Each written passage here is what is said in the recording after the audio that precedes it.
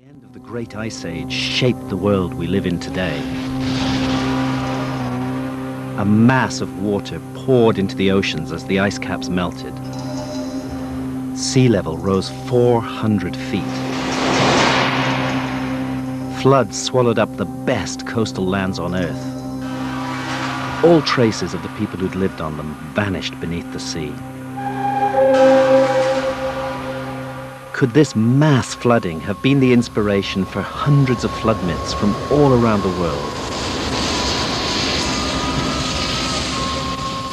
We're told the flood myths are just that, myths, and should not be taken seriously. But in India, new evidence from the bottom of the sea is showing substance to the myths.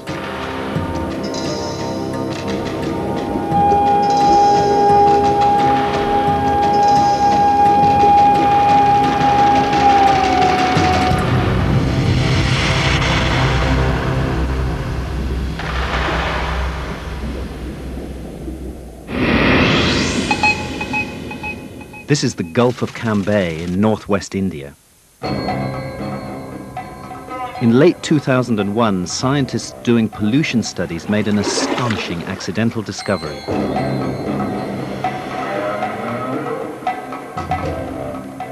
"25 miles from shore, at a depth of 120 feet, they picked up traces of two ancient cities covering a large area of the seabed. The discovery threatens to overturn everything that archaeologists have believed about the origins of civilization. They found two cities the size of Manhattan with massive walls and plazas.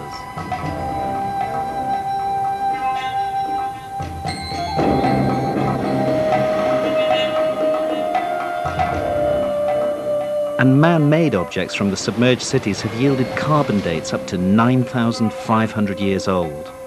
That's about 5,000 years older than any city discovered by archaeologists anywhere.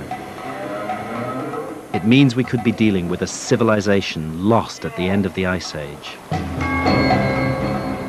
Perhaps even one of those that the flood myths speak of, which flourished before history began.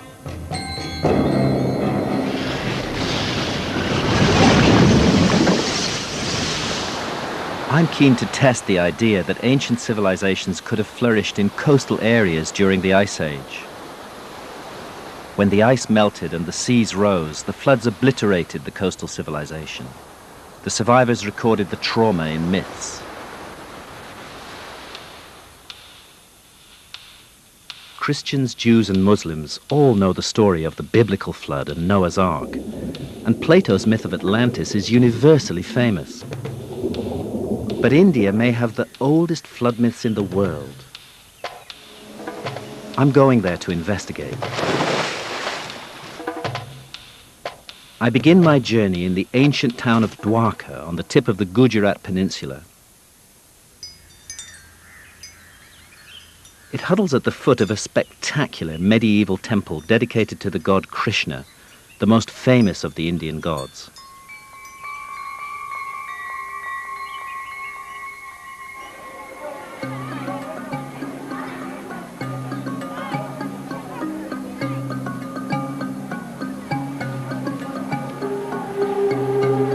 The temple is built on top of earlier temples, dating back more than 3,000 years.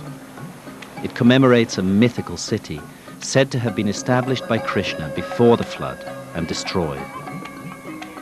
On the same day that Krishna departed from the earth, the ocean submerged Dwarka.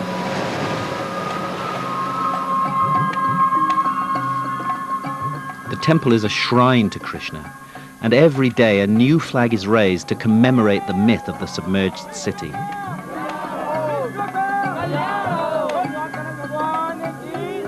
Every year, hundreds of thousands of pilgrims flock from all corners of India to mingle in its courtyards and bathe in the ocean's sacred waters. But would the myth point the way to an underwater find?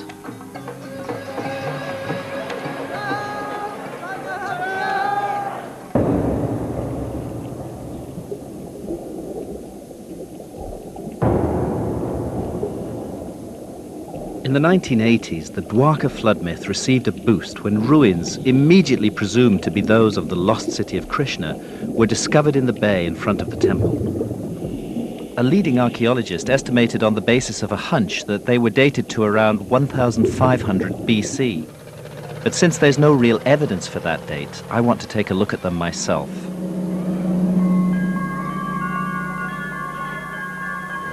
A group of marine archaeologists from India's National Institute of Oceanography have agreed to take me diving at Dwarka. This is Dwarka. Yeah. So we're moored over this concentration of ruins. So are these mainly individual blocks, or are they? No, individual buoys which we tied for the particular structure. I see. Okay. So now the blocks are scattered. Yes. I'm working with marine archaeologists Sri Sundaresh and Dr. Gaur. There's no wall as such. Because we have to go down here and we should come We up follow on the line of the ridge. Okay.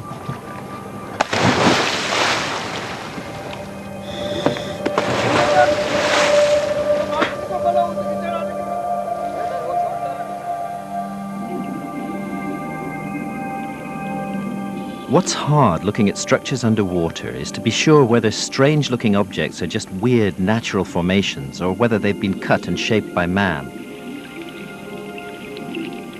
It becomes clearer when you find clean-cut individual blocks like these.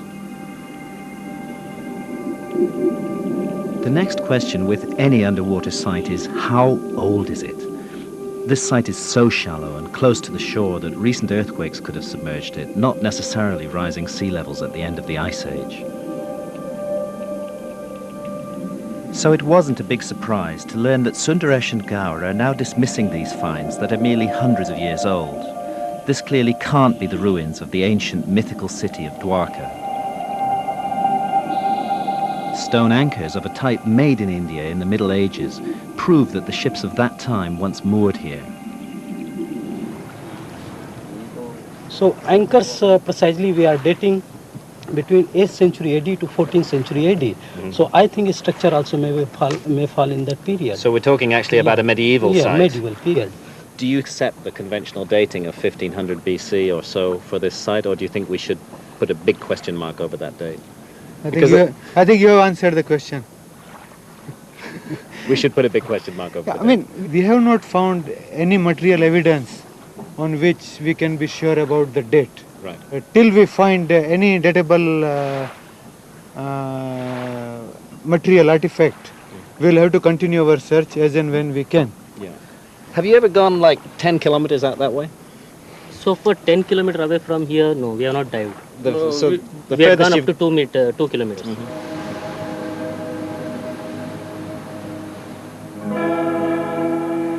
To support my theory of a much older origin for civilization, I need a flood myth directly connected to large-scale underwater ruins more than 8,000 years old. I now know that Dwarka's ruins definitely aren't that old. But what they do testify to is the continuous flooding of this coastline. And the science tells us that we're here inland to what was once an enormous antediluvian domain extending more than 50 kilometers out to sea. The archaeological surveys here haven't even begun to test the myth. They have to go out, far out from shore and into deeper water.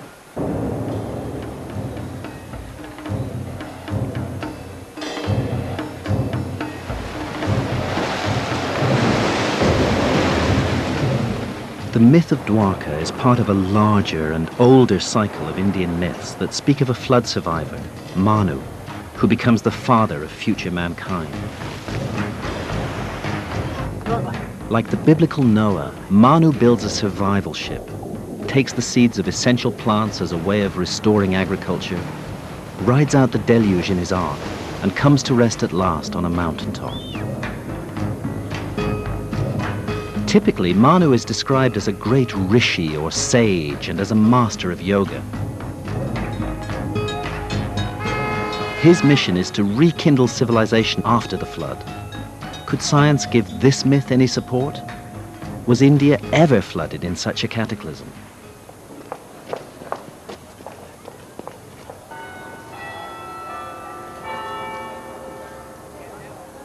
To find out, I travelled to the north of England, to my old university, Durham, to meet one of the world's leading specialists on sea level rise, Dr. Glenn Milne of the Department of Geology.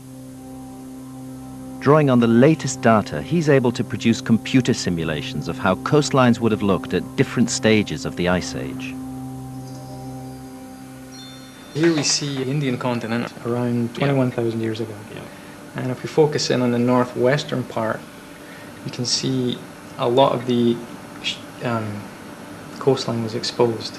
No, it's a huge area exposed. Huge area exposed of the continental shelf. So we progress forward to 13 and a half. Now you Big see change. Yeah, you Very see dramatic. This, island developing off the west coast of India.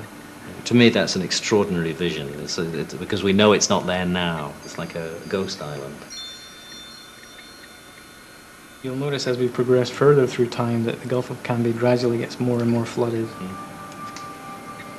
12.4, 10.6, Yeah. 7.7 to 6.9, bang. Huge So, change. Quite dramatic. Well, in that 800-year window, the Gulf of Cambay is inundated.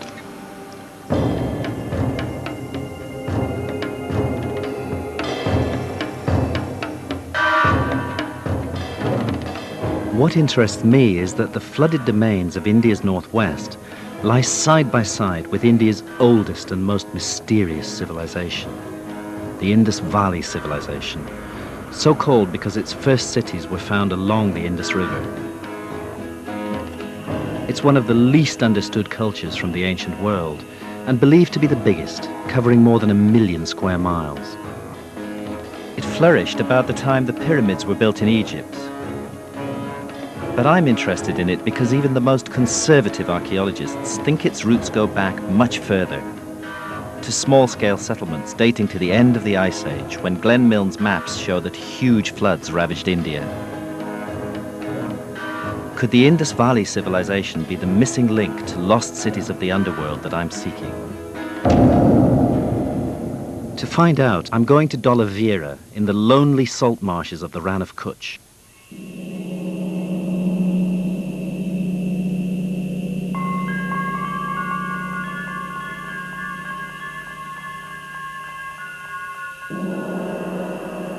It's one of the largest and best preserved ancient cities of the Indus Valley civilization.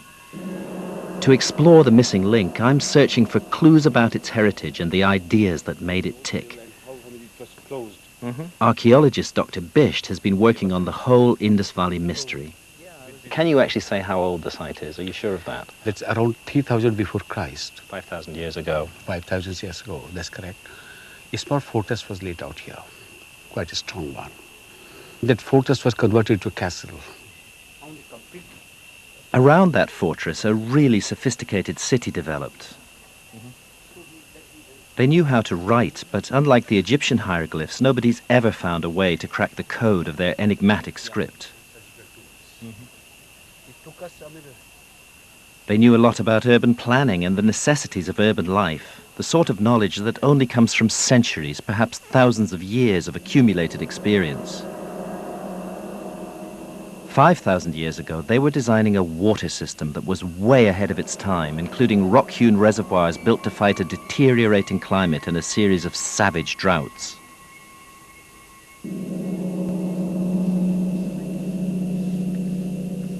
Civilization like this doesn't emerge overnight.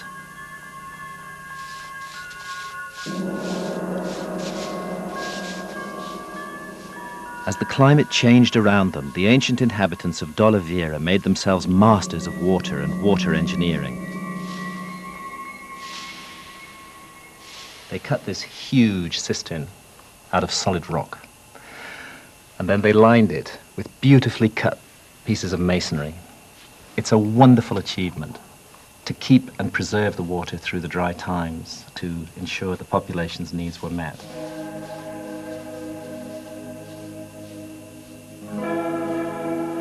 The people who built this amazing city 5,000 years ago were at the end of a cycle, not the beginning. But for my investigation, the big question is just how far back does the Indus Valley culture go? Is it possible to trace it back to its source? Just like this. So it would be fair to say that the glory of this site is between 3000 BC and 2000 BC, really. That's correct. What about before 3000 BC? Before 3000 BC, what was there, we do not know. There might not be any culture, possibly, or we may find in future some earlier phases as well. But archaeologists have already found related sites in the foothills of the Himalayas that date back much further. They're simple farming settlements, hundreds of miles from the sea near high mountains. Places that would have made a natural refuge for the survivors of the floods that I now know took place in northwest India at exactly the same time.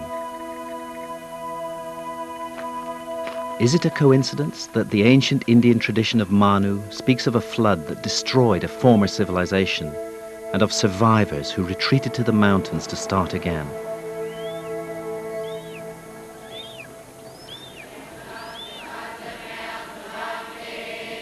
The myth of Manu is part of a vast oral tradition that includes the Vedas, India's most ancient scriptures. Most experts think the Vedas were composed around 1500 BC, too late to shed any light on the then extinct Indus Valley civilization and on our investigation. But might the experts be wrong? The Vedas are part of modern-day India, an oral tradition that's been memorized and handed down for more than 3,000 years.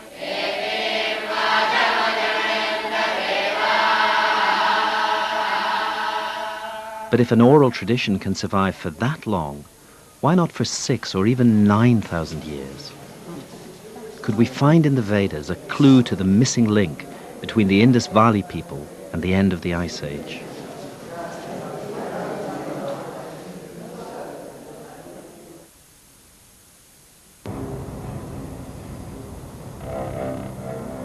When the first Indus Valley sites were excavated in the early 20th century, the city of Mohenjo-Daro revealed a startling new discovery. I want you to imagine for a moment that you are back in 1500 BC and are looking out over the straight streets and brick houses of Mohenjo-Daro. Suddenly, smoke and flames begin to rise amongst them. And up one of the main streets, there streams a horde of swordsmen led by a swaying figure in an outlandish chariot. The story I'm telling you is not fantasy. It is a literal interpretation of actual discovery. This is where one of the massacres took place. Sir Mortimer Wheeler was one of the 20th century's most influential experts on the Indus Valley civilization and helped to shape the accepted view of its origin. 34 centuries after it happened, the archaeologists of the 20th century found these bones of the massacred, mute evidence of how an age-long civilization perished within the hour. Wheeler was one of those who believed that groups of marauding nomads invaded India from the north and west around 1500 BC. According to this Aryan invasion theory, the Vedas were the scriptures of the nomads, not of the civilized people of the ancient Indus Valley cities. But when archaeologists inspected the skeletons more closely, the invasion theory was cast into doubt. Professor B.B. Lal was a student of Wheeler's at Mohenjo-Daro, but questions the conclusions that Wheeler drew from the placing of the skeletons in different levels. Some from the lower levels, some from the middle levels, some from the top levels. And some of them belong even to a period after the abandonment of the site. So when they don't belong to one and the same level, how can they belong to a massacre by invading Aryans? In fact, they hadn't even died in battle. When examined, the skeletons had indeed come from different strata, meaning that they died at different times. The Aryan invasion theory should have died too. But since it was taught as established fact for most of the 20th century, it dies hard.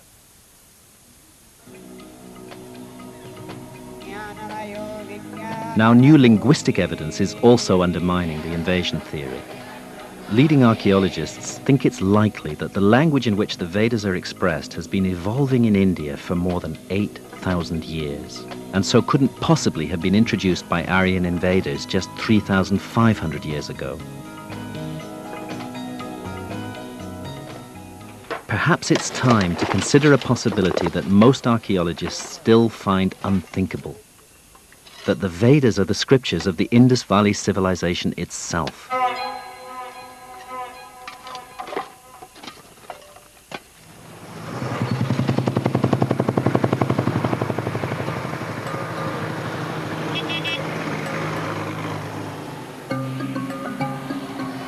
I went to the Indian capital, Delhi, to discuss the problem with Dr. David Frawley, one of the very few Westerners recognized as a teacher of the Vedas. So we have this wonderful culture, apparently, with no literature, nothing whatsoever. And then we have this wonderful literature. Which is the largest in the ancient world. Exactly.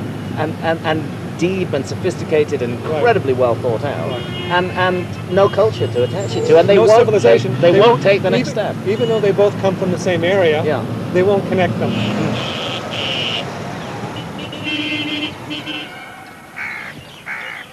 The result, says Frawley, has been a huge missed chance to know more about the amazing Indus Valley civilization and to explore its mysterious origins. The Vedas have been given to us as the literature of India, so they are connected with that culture. Now, if we put the two together, we see the image of a sophisticated culture of kings and rishis. We see in the seals, we see the symbols of spirituality, the symbols of yoga, the gods like Shiva. We see the whole basis of later Hindu civilization. And that's what we should find as the culture itself has continued. And I found an even more direct clue that links the Vedas with the ancient Indus Valley civilization. It's the image of the Indian flood survivor Manu. In the Vedas, he's a long-haired mystic and a master of yoga. The image of just such a mystic, seated in a recognized yoga posture, turns up on a seal more than 4,700 years old, found at the Indus Valley site of Mohenjo-Daro. Slowly open your eyes. Hello, Mr. Graham.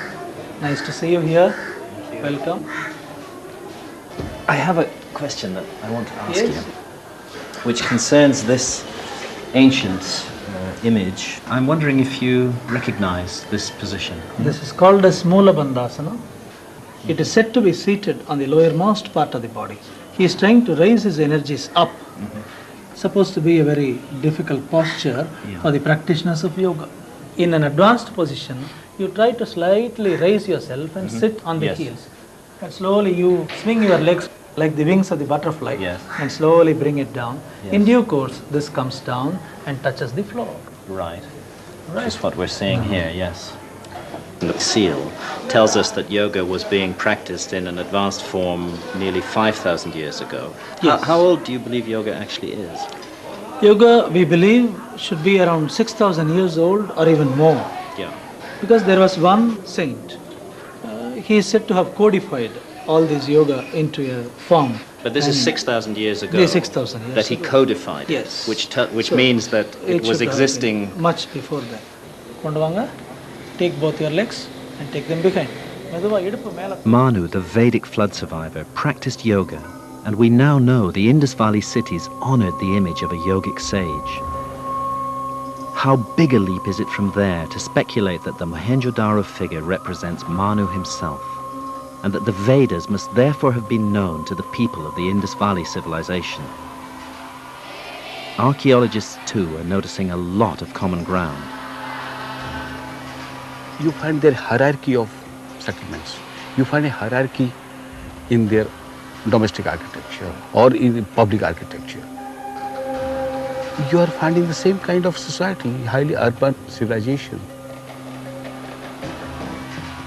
What archaeology is doing is solving the puzzle of the origins of the Rig Veda.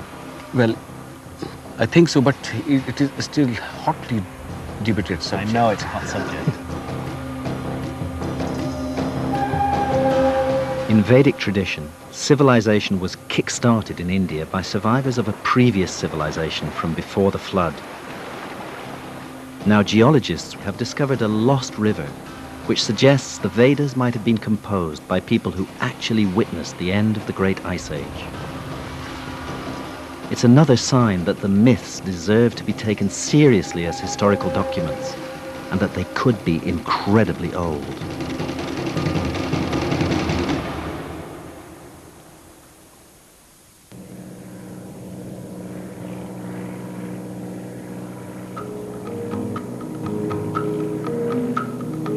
I'm looking for the lost Indian civilizations spoken of in flood myths. India's oldest known civilization can be traced back to the end of the Ice Age and is cheek by jowl with lands flooded at that time. Today, the Rann of Kutch is one of the most inhospitable areas on Earth. But around the end of the Ice Age, a vast river flowed through it, making it rich and fertile. The river was the Saraswati, and it's repeatedly described in the ancient scriptures. This river, Sarasvati, with fostering current comes forth. The flood flows on, surpassing in majesty and might all other waters, pure in her course from the mountains to the ocean. We don't see such a Sarasvati river today, but your remote sensing technology tells us more of the story. The river Saraswati originated in the Himalayas and flowed down this channel, which is dried up. Still it can be made out. Yes. With the latest satellite images, we can trace the original course of the river from the Ice Age glacier all the way to the ocean, just as the myth says. You see here as a dark colored channels. It flowed parallel to the Indus River and took a southward turn, and further flowing, it finally joined with the Rann of Kutch. It seems to be a huge channel at this point. More than 22 kilometers. 22 kilometers broad. It is described in the Vedas that it was mightiest river of that time. Mm-hmm. Right, and that would be what sort of period? Certainly the river was flowing 10,000 years and it continued up to say 6,000 years before present. Because the Vedas described the Saraswati when it was in full flow, Dr. Gupta's confirmation that it stopped flowing 6,000 years ago has one obvious implication. At least some parts of the Vedas must have been composed earlier than 6,000 years ago, during what archaeologists call the pre-Harappan period that led up to the Indus Valley civilization. Not only we have the ancient Saraswati River, what is extraordinary is that we find pre-Harappan settlements on the old Saraswati channel.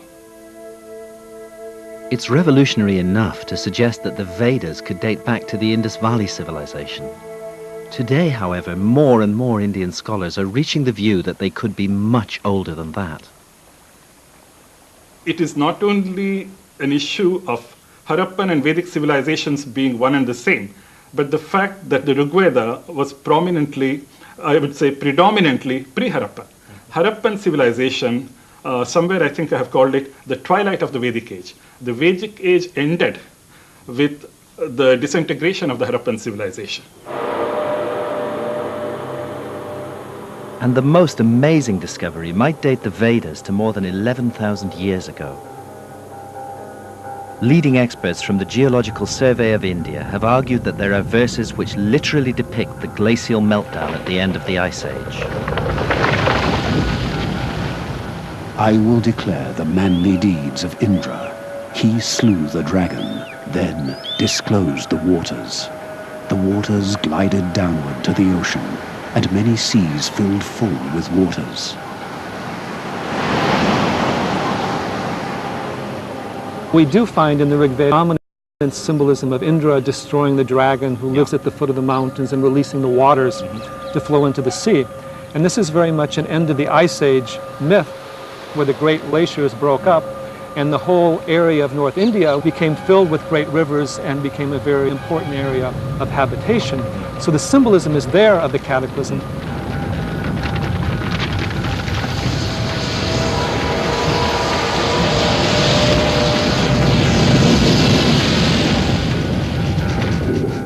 But even if the myths are 11,000 years old, they don't help us search for a lost Indian civilization. For that, I still need a major underwater archaeological site in the areas that geology shows were flooded at the end of the Ice Age. Researching Indian archaeological journals, I found a neglected study describing a sunken ruin.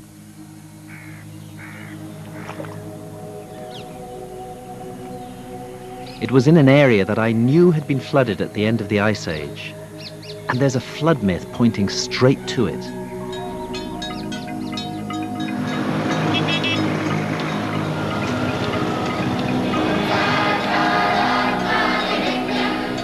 Here, deep in the Tamil part of South India, one of the most sacred sites is the Meenakshi temple in the ancient city of Madurai.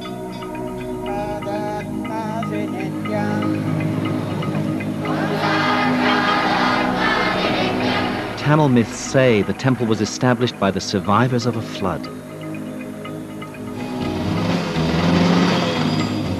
According to the myths, the survivors had belonged to an earlier and highly advanced civilization.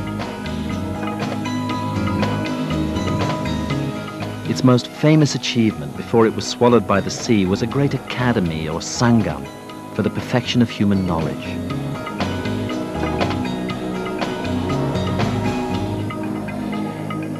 Sangam means collection. People come together to bring out a great work. What happened to it? Why did it cease to exist? Okay, that is, there was a big land. So many people were there. The sea came in and it swallowed the whole thing. That's what people say. Do we have any descriptions of what sort of land it was? That is the most ancient continent in the whole world. The best and the ancient civilization existed there. And it belongs to Tamil. Right, and this is about 10,000 years ago. 10,000 years. The Sangam flood myth hints that the remains of a lost civilization more than 10,000 years old are waiting to be discovered underwater around the shores of South India. In fact, the dates given in the myth go back to 11,600 years ago. That's the same time frame given by Plato for the submergence of Atlantis in another ocean. And Ice Age science confirms that huge amounts of additional land were available all around the coast of India in the precise period signaled by the Sangam myth. So you can see, if you focus down here in the southern tip of India, and Sri Lanka, it looks more or less as it does at Pretty present. much as it looks now. Yeah. Proceed now to 10.6, 12.4, 16.4. Well, they're extraordinarily different from how they are today. I mean, we're looking at almost a continuous landmass. So when the ice sheets were at their biggest, sea level was at its lowest. Right.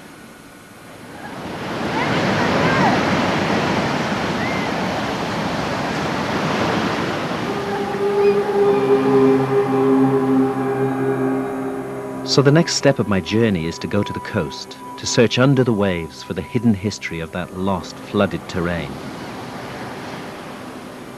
This is the Granite Shore Temple at Mahabalipuram. It stands overlooking the Bay of Bengal in southeast India and is one of several dozen extraordinary rock-hewn structures scattered along the coast.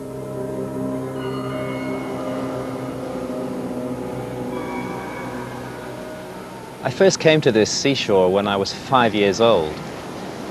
In fact, I learned to swim here. It always stayed in my memory as a mysterious place with its wonderful granite temples. The structures we can see today are thought to be about 1,300 years old, but the local myth has it that they commemorate an earlier and now lost city. The city builder was a proud and arrogant giant named Bali.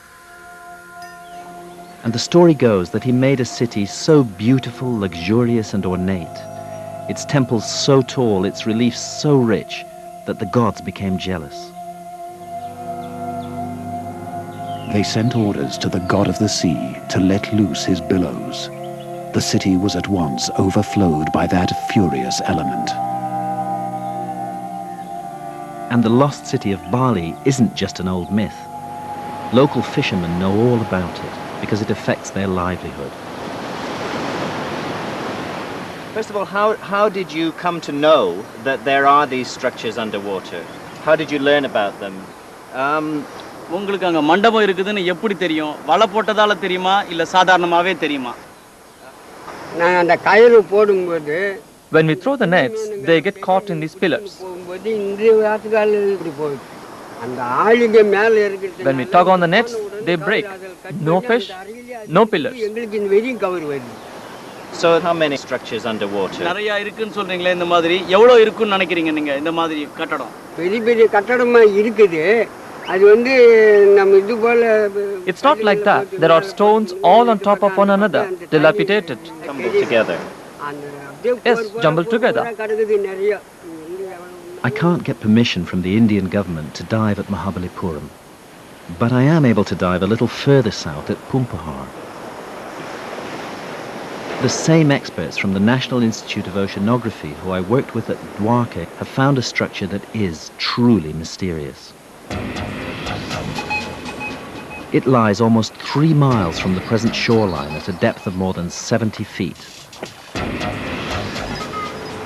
It's important because geologists tell us it was submerged about 11,000 years ago when sea levels rose. Archaeologists know of no culture of that time capable of building something so large.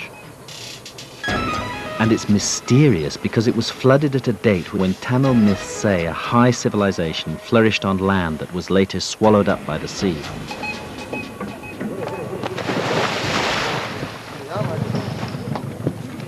Here, as at Mahabalipuram, underwater structures provide perfect shelters and breeding grounds for fish.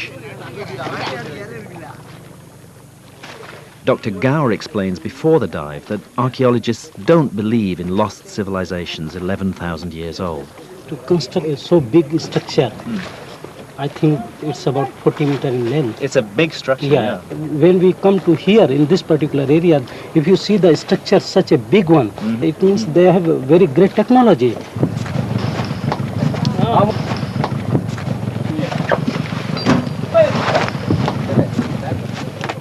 As we get ready for the first dive, it dawns on me how much I have at stake in the next few hours.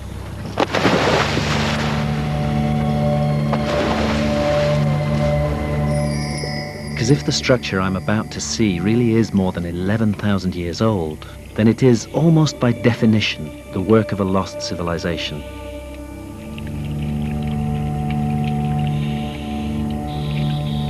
We reach bottom at about 70 feet. The visibility's pretty bad. But soon Sundaresh brings me to a sheer wall about twice the height of a man that juts up out of this ancient inundated plain. It doesn't look like it belongs here naturally at all. Sundaresh draws my attention to several heavily overgrown courses of masonry.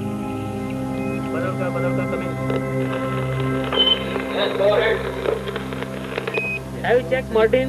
Inform, please.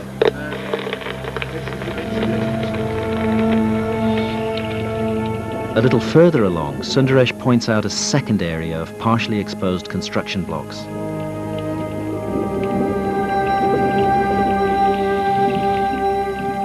As we continue along the U-shaped structure, I see that almost every inch of it is draped in fishermen's nets. It feels a bit eerie.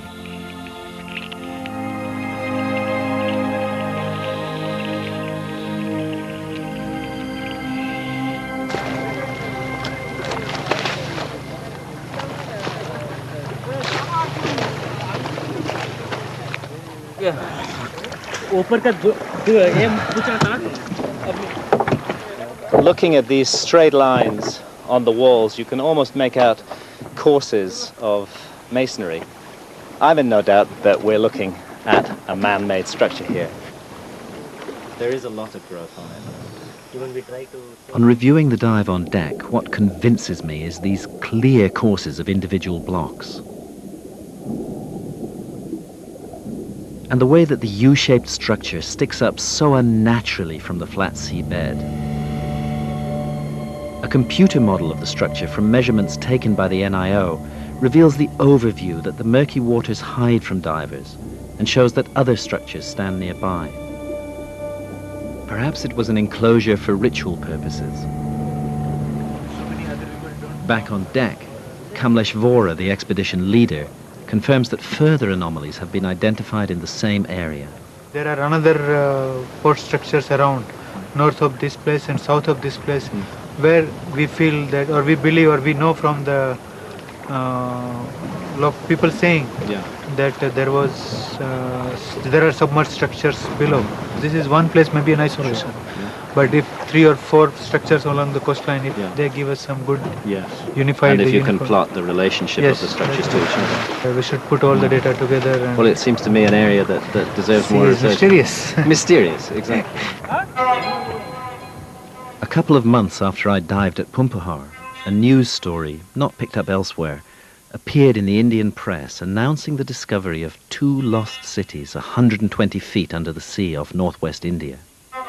Precisely where Glenn Milne's maps had shown a huge loss of land at the end of the Ice Age.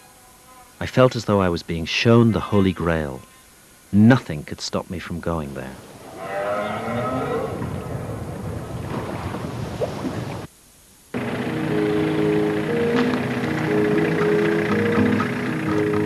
In 2001, a team of geologists from India's National Institute of Ocean Technology made a series of startling discoveries in the Gulf of Cambay.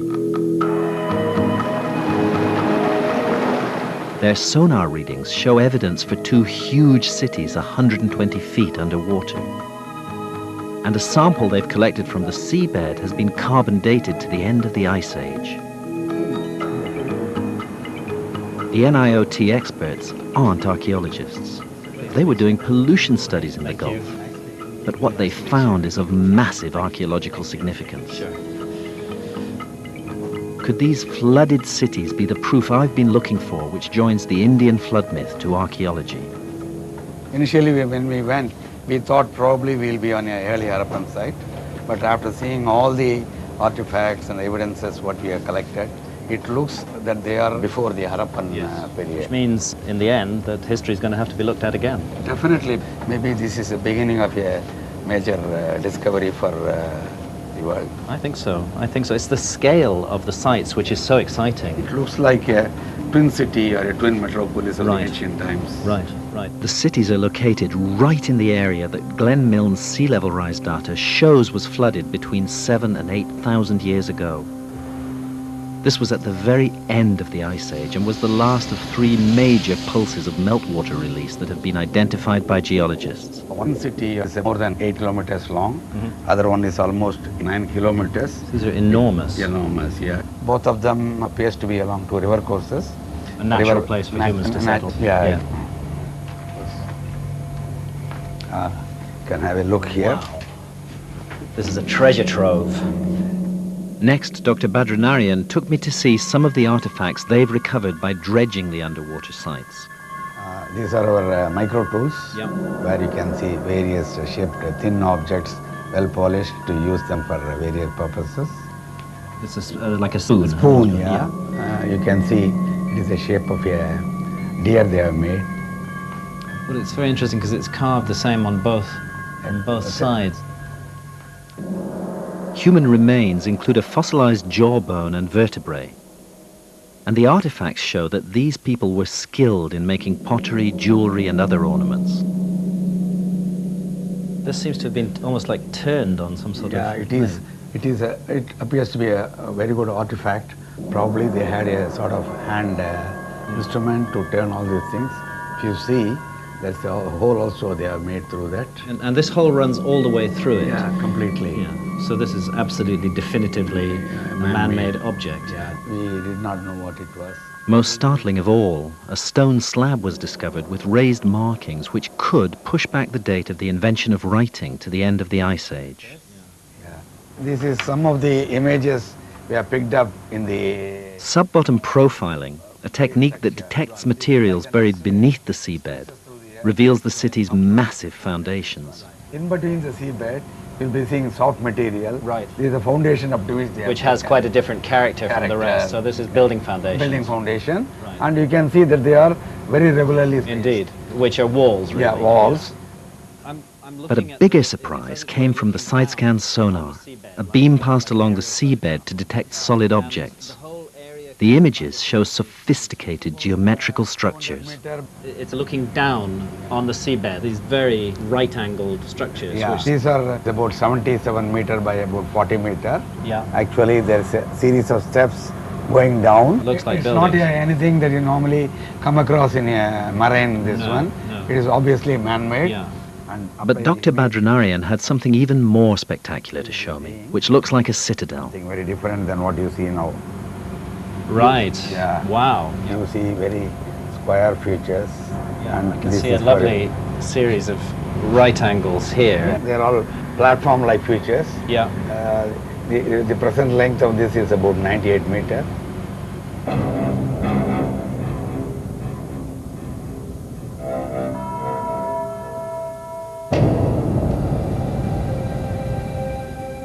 We've created a computer simulation of the citadel. It gives some idea of the ambition and extent of the great buildings for so long lost beneath the waves. How long might this society have existed before it was flooded? All I want to do is go diving right away. But it's December 2001. There's political tension in the neighborhood, and Indian naval intelligence has politely but firmly declined my request to dive. Even the NIOT scientists themselves haven't dived yet, and until they do, or someone does, a question mark must hang over the claims that are being made. But the case is getting stronger all the time. A month after I met them, the NIOT released the results of carbon dating on the artifacts recovered from the sunken cities. The results caused a sensation around the world. One of the objects was dated to 7,500 BC.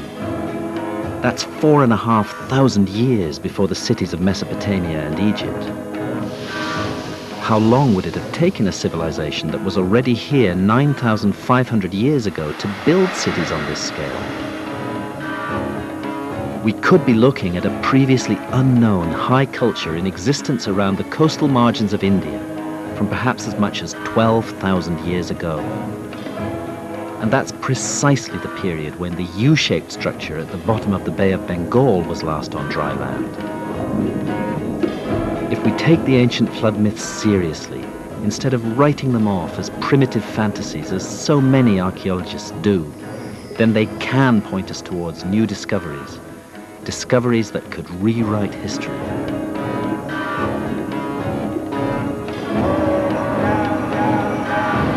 I'm going to head east to put to the test one more set of myths.